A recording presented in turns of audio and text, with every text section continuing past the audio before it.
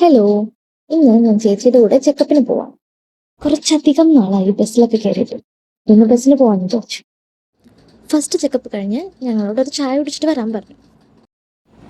വെയിലത്ത് പോകാൻ മടിയായതുകൊണ്ട് അവിടുത്തെ ക്യാൻറ്റീനിൽ നിന്ന് 2 കട്ട്ലറ്റും ഒരു ചായയും പറഞ്ഞു. 110 രൂപ. വേറെ ഒന്നും കൊണ്ടല്ല കേട്ടോ, കുറച്ച് എക്സ്പെൻസീവ് ആയിട്ട് തോന്നി, അതുകൊണ്ട് പറഞ്ഞതാ. ഇതാണ് ആ ക്യാൻറ്റീൻ. പറയാൻ പറഞ്ഞേ, ചേച്ചിക്ക് ആരെങ്കിലും അപ്പോൾ ഞങ്ങൾ മെഡിക്കൽ ട്രസ്റ്റ് ഹോസ്പിറ്റലാണ് വന്നത്. അങ്ങനെ ചെക്കപ്പ് ഒക്കെ കഴിഞ്ഞിറങ്ങി. ഇനി ഷേക്ക് കുടിക്കാൻ എവിടെ പോകുമെന്ന് അറിയാൻ ആലോചിക്കണം. പേടിക്കണ്ട, ഫോണൊന്ന് താഴെ വീഴാൻ പോയതാ.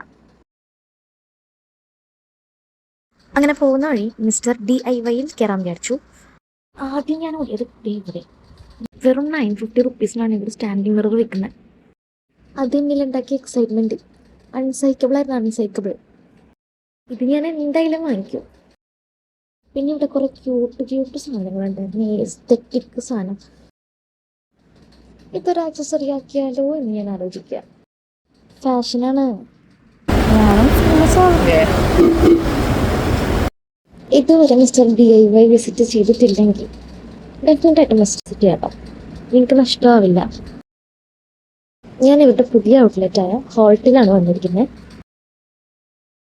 അത് നിങ്ങൾ അവോളിൽ കയറി ചേച്ചിക്കൊരു സ്പെഷ്യൽ ഷർട്ടയും എനിക്കൊരു ചൊക്കമട്ടും തന്നു. ഇനി അടുത്ത വീഡിയോയിൽ കാണാം കേട്ടോ. ടാറ്റാ.